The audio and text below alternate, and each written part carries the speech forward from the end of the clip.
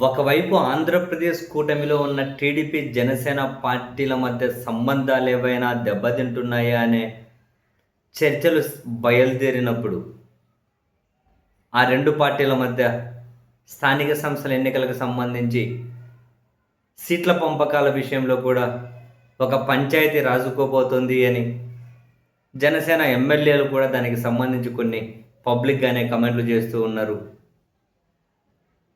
వెరసి వీళ్ళ సంబంధాలు వచ్చే ఎన్నికల నాటికి ఏ విధంగా ఉంటాయో తెలియదు కానీ, మరొక వైపు జనసేన పార్టీ రాజకీయంగా కొంతవరకు అయినా బలపడే ప్రయత్నాలు, అది కూడా వాళ్ళకి ఏమాత్రం పట్టు లేని చోట కాస్తో కూస్తో బలాన్ని పుంజుకోవడం ద్వారా 29 ఎన్నికలు వచ్చేసరికి ఒకవేళ పొత్తులో ఉన్నా కూడా వాళ్ళ బలాన్ని చూపించి ఎక్కువ సీట్లు అడగడం, లేదా కూటమి పార్టీలకు పొత్తులో లేకుండా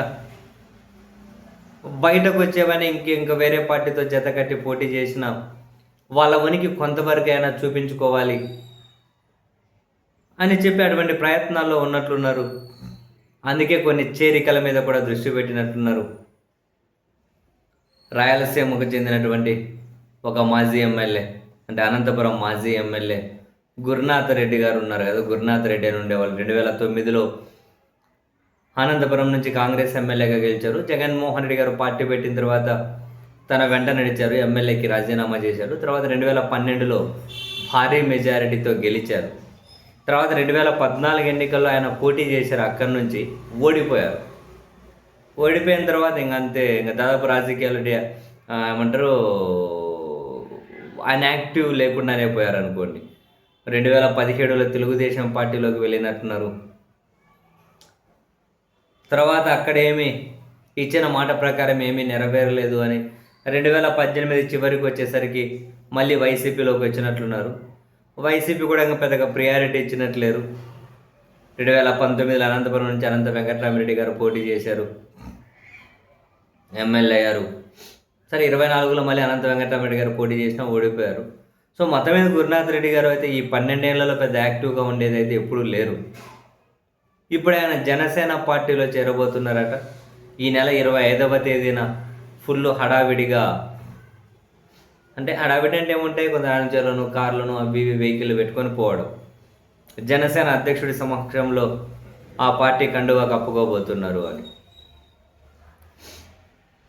సో యాక్చువల్గా ఏ పార్టీలోనే రాజకీయ కార్యకలాపాలు లేవు ఇప్పుడు, బట్ మళ్ళీ జనసేనలోకి వెళ్ళి మొదలెట్టాలి అని